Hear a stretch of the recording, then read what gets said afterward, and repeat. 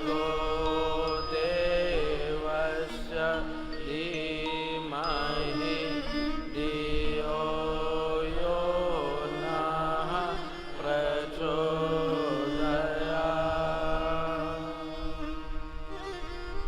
ॐ विद्याधीशं श्रीगणनाथं मूषकयानं गौरीतनयं वन्दे देवं सुन्दरवदनं मङ्गलरूपं भक्ताधीनं।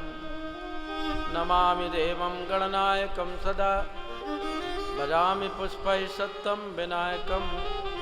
पठामि नामानि गजाननस्य स्मरामि हेरम्बमुखं सुमङ्गलं। ज्ञानदाता गुरु साक्षात् तं दाता दयानिधे। देवी सरस्वती च वन्दे हृदये स्थितां। मातृवत् लालित्ये च पितृवत् मार्गदर्शिका। नमोऽस्तु गुरुसत्तायै श्रद्धा प्रज्ञायुता च। नमोऽस्तु गुरवे तस्मै गायत्रीरूपिणे सदा। यस्य वागमृतमहन्ति विषं संसारसङ्गकम्। अतुलितबलधामं हेमशैलावदेहं धनुर्वनकृशानुं ज्ञानिनामाग्रगण्यं। सकलगुणनिधानं वानराणामधीशं।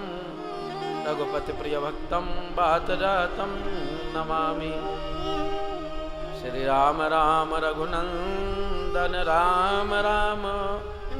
श्रीराम राम भरताग्रज राम राम। श्री राम राम रणकर कच राम राम। श्री राम राम शरणं भव राम राम। व्यासाय विष्णुरूपाय व्यासरूपाय विष्णवे नमो वै ब्रह्मनिधे वासिष्ठाय नमो नमः। प्रज्ञापुराणं परमं पवित्रं व्यासर्मुनिर्यत् सहजं विरचितात्। ज्ञानसंवर्धं प्रतिपङ्क्तिदिव्यं प्रज्ञापुराणं बलमस्तु तेजः। जनकसुता जगजननी जानकी अतिशय प्रिय करुणा निधान की। ताके युग पद कमल मनावो जासु कृपा निर्मल मति पावो। पुनिवंदौ शारद सुर सरिता युगल पुनीत मनोहर चरिता। मज्जन पान पाप हरे का कहत सुनत कहरे अविवेका। वंदौ गुरुपद पदम परागा सुरुचि सुवास सरस अनुरागा। मंगल भवन अमंगल हारी द्रवं सुदशरथ अजर बिहारी। महावीर बिनवं हनुमाना राम जासु यस आप बखाना। सादर से वही नाई अब माथा वर्णौ विशद राम गुण गाथा। श्री राम मैं सब जग जानी करऊं प्रणाम जोर जुग पानी। माँ गायत्री दीजिए यह शाश्वत वरदान। तीर बने मम साधना सेवा कर्म कमान। गुरुवर गुरुता दीजिए हे पावन श्री राम। जन जन के सुख चैन हित कभी न लूं विश्राम। सदा भवानी दाहिने सन्मुख रहै गणेश। पांच देव रक्षा करे ब्रह्मा विष्णु महेश। आधार शक्ति नमः जगज्जननी नमः सद्गुरु गुरुदेवाय नमः। आप सभी परम पूज्य गुरुदेव की आध्यात्मिक चेतना से अनुप्राणित हो रहे हैं। और निरंतर ज्ञान यज्ञ के माध्यम से अपने भीतर देवत्व को स्थापित कर रहे हैं। परम पूज्य गुरुदेव ने जहाँ गायत्री महाविज्ञान जैसा ग्रंथ जनमानस के हाथों में दिया, जहाँ भारतीय संस्कृति के अजस्त्र अनुदानों से संबंधित साहित्य जन जन तक पहुँचाया, जहाँ परम पूज्य गुरुदेव ने चारों वेद, 108 उपनिषद, 18 पुराण, 18 उपपुराणों का अनुवाद किया, योग दर्शन पर अपनी साधनामयी लेखनी चलाई, गायत्री साधना और जीवन देवता की अभ्यर्थना से संबंधित अपने वजन से दुगना साहित्य लिखा। वहीं पर उन्होंने पावन प्रज्ञा पुराण की कथा की भी प्राण प्रतिष्ठा की जन जन के अंतस में, और कथा के माध्यम से आप सत्संग कर रहे हैं। बंधुओं, दो बातें मनुष्य को बड़े भाग्यों से मिलती हैं। एक तो 83,99,999 योनियां हमने बिताई। कभी हम मच्छर बने, मक्खी बने, छिपकली बने, घोड़ा बने, गधा बने, हाथी बने, ऊंट बने, कुकर सूकर बने, बिल्ली बने। तब भगवान ने हम पर अहेतु की कृपा की और हमको बड़े भाग्यों से कौन सी विभूति प्रदान की। बड़े भाग मानस तन पावा, वंदे वेद मातरम। चोर दुर्लभ सद्ग्रंथन गावा, वंदे वेद मातरम। नर तन सम नहीं कवन उदेहि, वंदे वेद मातरम, वंदे वेद मातरम। जीव चराचर जाचत जेहि, वंदे वेद मातरम, वंदे वेद मातरम। बड़े भाग मानस तनु पावा, वंदे वेद मातरम। चोर दुर्लभ सद्ग्रंथन गावा। वंदे वेद मातरम। बड़े भाग्यों से हमको मनुष्य शरीर प्राप्त, और मनुष्य शरीर प्राप्त हो जाने के पश्चात खोटे कर्मों की ओर हमको कोई भी प्रवृत्त कर सकता है, लड़ाई झगड़े की ओर कोई भी हमको ले जा सकता है, व्यसनों में कोई भी हमको लगा सकता है। लेकिन जो दूसरी वस्तु है बड़े भाग्यों वाली, वह कौन सी है? और जब वह प्राप्त हो जाती है तो बड़े भाग पाए सतसंगा, वंदे वेद मातरम। बिना ही प्रयास होई भवभंगा, वंदे वेद मातरम। बिन सतसंग विवेक न होई, वंदे वेद मातरम, वंदे वेद मातरम। राम कृपा बिन सुलभ न सोई, वंदे वेद मातरम, वंदे वेद मातरम। बड़े भाग पाई सतसंगा, वंदे वेद मातरम। बिना ही प्रयास होई भवभंगा। वंदे वेद मातरम। बड़े भाग्यों से हमको सत्संग की प्राप्ति होती है, और जिसको सत्संग प्राप्त हो जाता है उसका भावभंग होता है, अज्ञान का नाश होता है। एक सेठ था, बड़ा कंजूस कृपण, कभी भगवान की ओर उसका ध्यान नहीं था। उसका लड़का हुआ, लड़का बड़ा भगवत भक्त हुआ, हमेशा सत्संग में डूबा रहता था। सेठ जी ने कहा ऐसे काम नहीं चलेगा, तुम अपना काम धंधा देखो, अपनी दुकान देखो, और सत्संग में मत जाया करे।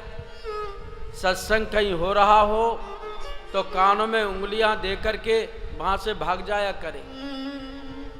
एक बार सेठ का लड़का अपनी उधारी उगा करके गांव से बाहर से होता हुआ अपने घर आ रहा था। रास्ते में एक मंदिर पड़ा। मंदिर में भगवान की कथा चल रही थी। पंडित जी कथा कह रहे थे। लड़के ने सोचा कहीं कथा के स्वर मेरे कानों में ना पड़ जाएं। उसने कानों में उंगलियां दी और दौड़ा, एक पत्थर से टकराया, गिर गया। कानों से उंगलियां हटी तो सत्संग के शब्द उसके कानों में पड़े। पंडित जी कह रहे थे कि भूत की छाया नहीं होती, भूत का मुंह आगे पैर पीछे होते हैं, और भूत दिखाई तो देता लेकिन उसका स्पर्श नहीं होता। मंदिर से आगे बढ़ा, अंधेरा होने लगा था, चंद्रमा निकल आया था, और 2-3 चोरों ने सोचा अरे सेठ का लड़का आ रहा है, आओ इसको लूटें और इसको भूत बन करके डराएं। कंबल ओढ़ करके आ गए पेड़ के नीचे से, कहने लगे भूत भूत भूत। लेकिन इसने अभी अभी सत्संग में सुना था कि भूत की छाया नहीं होती। अरे ये कैसे भूत, इनकी तो छाया दिखाई पड़ रही है। और भूत का मुंह आगे को पैर पीछे को होते हैं, लेकिन इनके तो मुंह भी आगे हैं, पैर भी आगे हैं। और अरे इस चोर का, इस भूत का तो हाथ भी मैंने पकड़ लिया। वो समझ गया कि ये भूत नहीं है, मुझे कुछ आदमी डरा करके धन लेना चाहते हैं, लूटना चाहते हैं मुझे। उसने डंडा निकाला, ठहरो तुम्हें बताता हूं, और चोर भाग खड़े हुए। सेठ के लड़के ने सोचा 3 शब्दों से मेरा जीवन बदल गया। तो जो अपनी तीनों अवस्थाएं, बचपन, यौवन, बुढ़ापा, सत्संग में लगा देता है, उसके जीवन का कितना बड़ा कल्याण हो सकता है। और बंधुओं, उसने सत्संग में अपना जीवन लगा दिया। ऐसा है या संग? आज आदमी कुसंग की ओर बढ़ता और बढ़ते बढ़ते दुर्बुद्धि को प्राप्त कर लेता।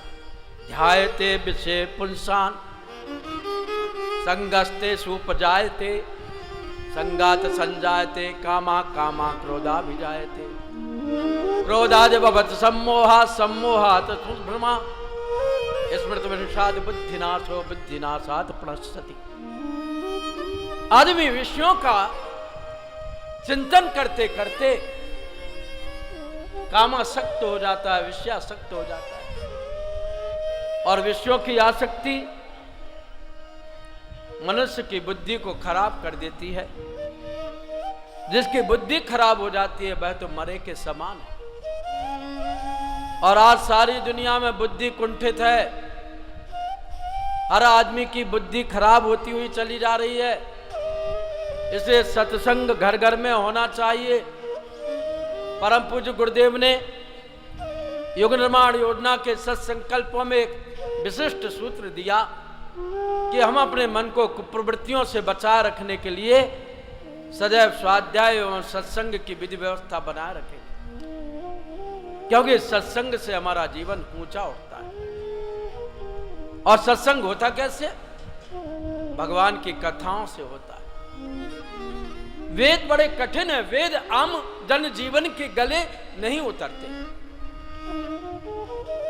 स्मृतियों को समझना बड़ा कठिन है।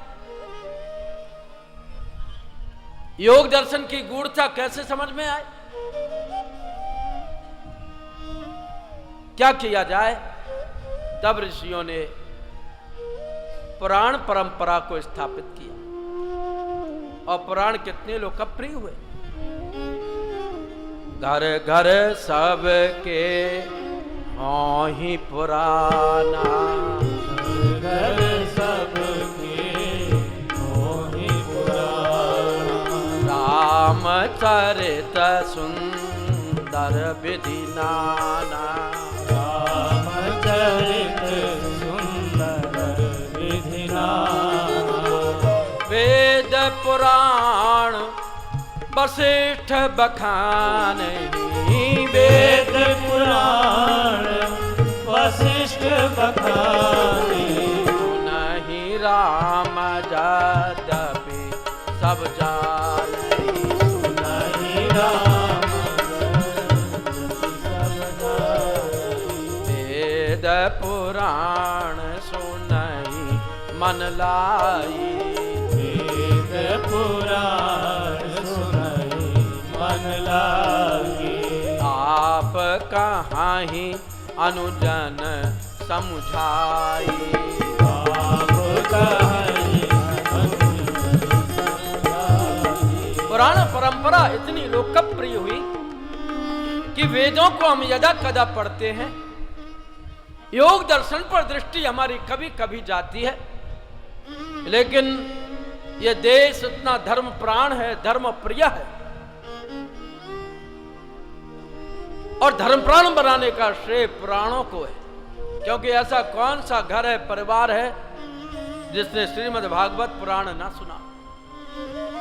शिव पुराण की कथाएं घर घर में होती हैं, विष्णु पुराण, हरवंश पुराण, कल्की पुराण, ब्रह्मई वर्त पुराण, सूर्य पुराण, गणेश पुराण, गरुड़ पुराण,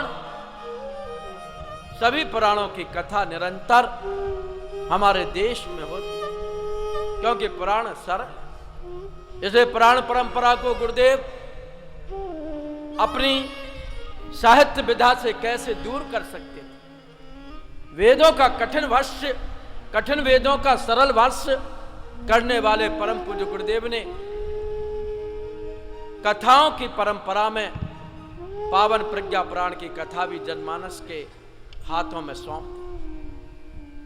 और कोई सा पुराण क्यों नहीं, प्रज्ञा पुराण ही क्यों? क्योंकि बंधुओं आज प्रज्ञा पुराण की आवश्यकता है। सूर्य भगवान की महिमा को मंडित करना था तो सूर्य पुराण लिखा गया, विष्णु भगवान की महत्ता के लिए विष्णु पुराण का सृजन हुआ, भगवान शिव की महिमा को विस्तार देने के लिए शिव पुराण लिखा गया, कल्की पुराण लिखा गया, कालिका पुराण लिखा गया। लेकिन वर्तमान समय में तो बुद्धि का संकट, सब कुछ है आदमी के जीवन में, लेकिन मस्तिष्क और बड़ा विपरीत जा रहा है। आदमी के घर में सब कुछ है, सोफा सेट है, आदमी के घर में टी सेट है, ऑर्नामेंट सेट है, टीवी सेट है, रेडियो सेट है, टेलीफोन सेट है, लेकिन जीवन बड़ा अपसेट हो गया। और जीवन को ठीक करने के लिए बुद्धि को परिष्कृत करना आवश्यक है। बुद्धि के कई स्वरूप हैं, बुद्धि को धीवी कहते हैं, मेधा कहते हैं, रितंबरा कहते हैं, प्रज्ञा कहते हैं। प्रज्ञा कौन सी बुद्धि है? प्रज्ञा वह बुद्धि है जो हमको सिखाती है कि क्या हमको करना चाहिए, क्या नहीं करना चाहिए। जो करना चाहिए वह हम नहीं करते, और जो नहीं करना चाहिए वह हम करते हैं। इस विडंबना में आज दुनिया फंसी हुई और बुद्धि के भ्रमजाल में हम उलझे हुए। बुद्धि के भ्रमजाल में जब अर्जुन उलझ गया था, तो अर्जुन जैसा धनुर्धर जिसको कोई ये कह देता था कि तुम अपना गांडीव धरती पर रख दो, तो अर्जुन इसका वध करने के लिए तैयार हो जाता था। उसी अर्जुन ने दोनों सेनाओं के बीच में गांडीव को नीचे रख दिया, रथ के पिछले हिस्से में जाकर के बैठ गया, और अर्जुन थर थर कांपने लगा, रोमांच हो आया, पसीना पसीना हो गया शरीर, सिर दर्द करने लगा। भगवान कृष्ण ने पुकारा, अर्जुन तुझे इस विषम काल में क्या हुआ? कहा कुछ भी हुआ हो भगवान, लेकिन आप मेरी आवाज को सुन लें कि मैं युद्ध नहीं करूंगा। क्यों? क्या हुआ ऐसा? ये मेरे मामा हैं, चाचा हैं, काका हैं, दादा हैं, जीजा हैं, साले हैं, फूफा हैं, मौसा हैं, सगे हैं, संबंधी हैं, नाती हैं, पोते हैं, गुरु हैं, शिष्य हैं, रिश्तेदार हैं। मैं भीख मांग करके अन्न खा लूंगा, लेकिन इन पर शस्त्र नहीं उठाऊंगा। भगवान श्री कृष्ण बोले, अर्जुन, ये तुझे क्या हुआ? असोच्या नन्द सोचस्तम प्रज्ञावादांश भाष्य। अर्जुन, अपनी प्रज्ञा को जगाओ, जो इस समय सोचने योग्य है उसको सोचो। तुम ये क्या कर रहे हो? तो मैं करूं क्या? मेरी बुद्धि भ्रमित हो गई, मेरी प्रज्ञा कुंठित हो गई। बताइए इस समय मेरा क्या कर्तव्य है?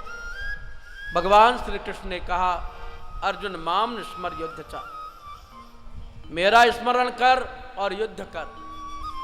आज व्यक्ति यहीं पर गलती कर जाता है, वो युद्ध तो करता है लेकिन भगवान का स्मरण नहीं करता। आज हर आदमी युद्ध कर रहा है। मकान बना लेना किसी युद्ध से कम है आज के युग में? बेटे बेटी की शादी कर लेना किसी युद्ध से कम है? विवाह शादियों में नेक दस्तूर का निर्वाह करना किसी युद्ध से कम है क्या? नौकरी ढूंढ लेना और नौकरी कर लेना आज के युग में किसी महायुद्ध से कम है क्या? बंधुओं, आदमी अपनी जिंदगी में पग पग पर लड़ाई लड़ रहा है लेकिन भगवान का विस्मरण कर रहा है। भगवान कहते हैं पहले माम स्मर, मुझे याद कर, फिर युद्ध कर, फिर देखना कि मैं कैसे तुझे संरक्षण दिए देता हूं। जलकर खाक हो जाएगा तब भी मैं तुझे जिंदा बनाए रखूंगा। महाभारत की वह कथा आप सब लोगों ने सुनी है कि जब महाभारत के युद्ध का अंत हुआ तो भगवान श्री कृष्ण ने अर्जुन से कहा, अर्जुन रथ पर से जल्दी कूद जा। अर्जुन ने कहा, महाराज भगवान, ये आप नियम के विपरीत कार्य कैसे कर रहे हैं? अरे हर दिन तो आप भगवान होते हुए भी सारथी बने और पहले आप उतरते थे और मुझ जैसे महारथी को आप आदर पूर्वक नीचे उतारते थे, लेकिन आज ये आप क्या कर रहे हैं? मुझे पहले रथ से उतरने को कह रहे हैं। कहा अर्जुन, मैं कह रहा हूं तू जल्दी रथ से उतर।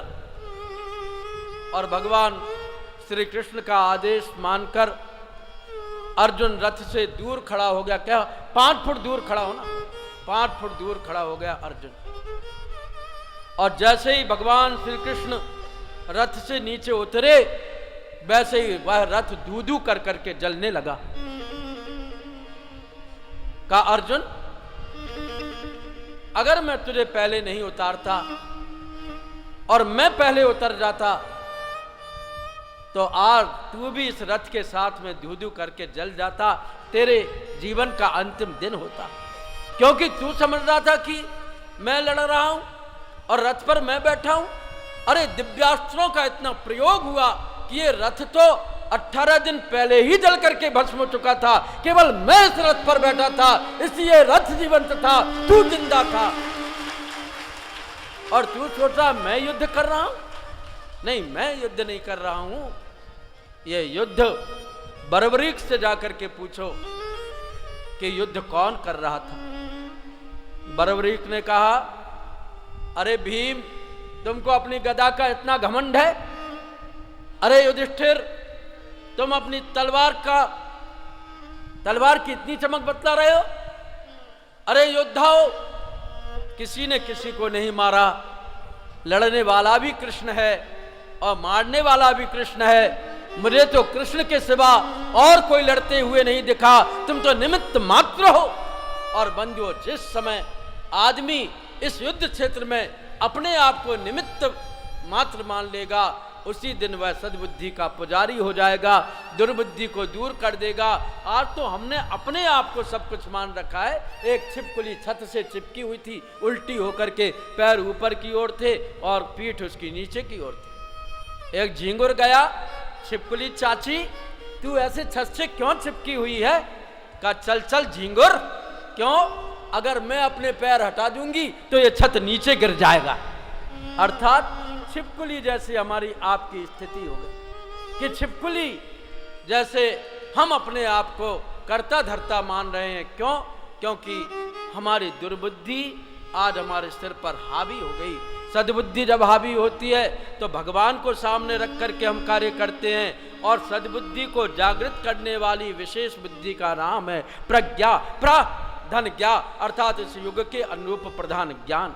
बुद्धि आदमी को संसार की ओर ले जाती है, प्रज्ञा आदमी को भगवान की ओर ले जाती है। बुद्धि अंधकार की ओर भी ले जा सकती है, प्रज्ञा प्रकाश की ओर ले जाती है। बुद्धि हमको गड्ढे में गिराती है, प्रज्ञा हमको पहाड़ पर चढ़ाती है। बुद्धि हमको स्वार्थी बनाती है, प्रज्ञा हमको परमार्थी बनाती है। बुद्धि हमको चालाकी सिखाती है, प्रज्ञा हमको समझदारी सिखाती है। बुद्धि हमको अधोगामी बनाती है, प्रज्ञा हमको ऊर्ध्वगामी बनाती है। बुद्धि से हम अपने शरीर को सजाते हैं, लेकिन प्रज्ञा तो हमारी आत्मा का श्रृंगार करती है। इसलिए परम पूज्य गुरुदेव ने पावन प्रज्ञा पुराण की कथा लिखी कि पावन प्रज्ञा पुराण की कथा के बिना हमारा जीवन विस्तृत नहीं बन सकता, ऊंचा नहीं उठ सकता। इसलिए ऐसी पावन प्रज्ञा पुराण की कथा को आइए हम इस पावन कथा को, जो लोक मंगलकारी है, जो हितकारी है, जो जन जन को सुख पहुंचाने वाली है, जो जीवन का लाभ बताने वाली है, जो परम पूज्य गुरुदेव के हृदय हिमालय से निकली हुई पावन ज्ञान की गंगा है, वह प्रज्ञा पुराण कथा जो आज सोते हुए लोगों को जगाती है, जगे हुए लोगों को अपने जीवन का बोध कराती है। ऐसी पावन प्रज्ञा पुराण कथा को हम श्रद्धा पूर्वक सुने कि कथा के माध्यम से कैसे हमारे जीवन की व्यथा दूर होगी। आइए पावन प्रज्ञा पुराण कथा का श्रवण करें। आइए सुने लगा कर ध्यान, आइए सुने लगा कर ध्यान, कथा यह मंगलकारी है। आइए सुने लगा कर ध्यान, कथा यह मंगलकारी है। महाप्रज्ञा में परम पुराण, परम पुराण कुमति नाशक सुखकारी है। महाप्रज्ञा में परम पुराण कुमति नाशक सुखकारी है। आइए सुने लगा कर ध्यान, कथा यह मंगलकारी है। आइए सुने लगा कर ध्यान, कथा यह मंगलकारी है।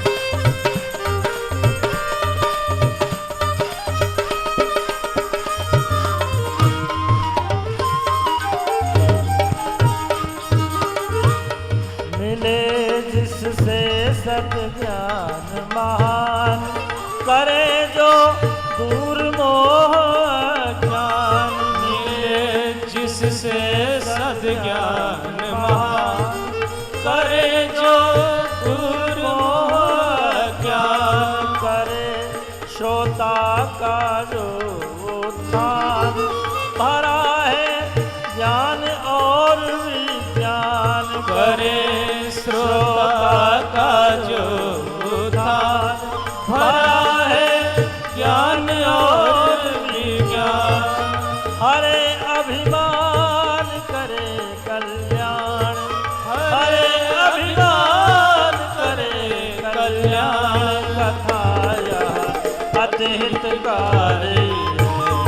आइए सुने लगा कर ध्यान, कथा यह मंगलकारी है।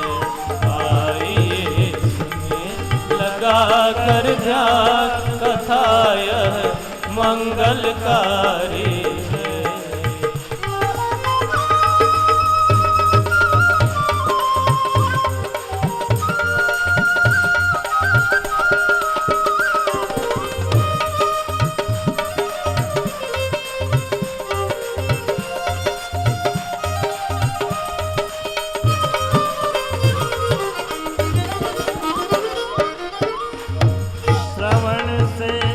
आत्मबोध होगा, प्रशस्त होगा, श्रवण से आत्मबोध होगा, सृजन का पथ प्रशस्त होगा, हृदय में भक्ति भाव होगा, भ्रमों का जाल नष्ट होगा, हृदय में भक्ति भाव होगा, भ्रमों का जाल नष्ट होगा, बढ़े सद्भाव मिटे दुर्भाव, बढ़े सद्भाव मिटे दुर्भाव, कलुष कलिमल संहारे, आइए सुने लगा कर ध्यान कथा यह मंगलकारी है, आइए सुने लगा कर ध्यान कथा यह मंगलकारी है। प्रज्ञा में परम पुराण, प्रज्ञा में परम पुराण, कुमति नाशक सुखकारी है, आइए सुने लगा कर ध्यान कथा यह मंगलकारी है, कथा यह मंगलकारी है, कथा यह मंगलकारी है। ऐसी पावन मंगलकारी कथा का परम पूज्य गुरुदेव ने जनमानस के कल्याण के लिए यह प्रवाह उत्पन्न किया। वैसे तो प्रज्ञा पुराण की कथा का यह पारायण बहुत दिनों से चल रहा है, लेकिन आज योग ऋषि योग व्यास